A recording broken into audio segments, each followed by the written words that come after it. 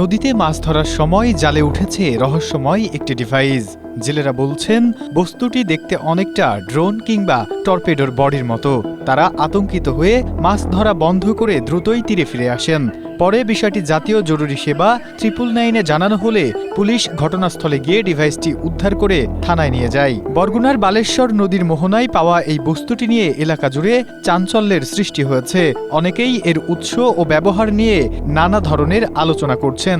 যদিও ডিভাইসটি নিরাপদে থানায় রাখা হয়েছে।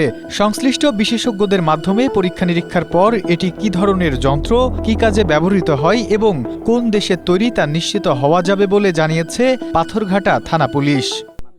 স্ট্রবেরি সুপার ডটেড ও ক্লাসিক ভ্যারিয়েন্ট সেন্সেশন জাগুক শিহরণ।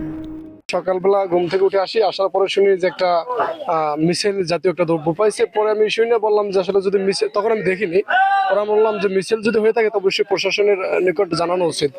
পরে এখন নিয়ে আসার পরে দেখি যে আসলে এটা মিছিল না, এটা যে কোনো একটা বস্তু হবে, ইলেকট্রিক ডিভাইস অবশ্য, কিন্তু হার্ডবোর্ড দিয়ে তৈরি। প্রশাসনে আমরা জানাইছি, তার আগে দিক নির্দেশনা দেবেন। না, আমার মনে হয় যে এটা মিসাইল হইতে পারে না। মিসাইল হইলে তো তার একটা আলাদা কিছু একটা সরঞ্জাম থাকবে, যেটা বাস্ট হইবে,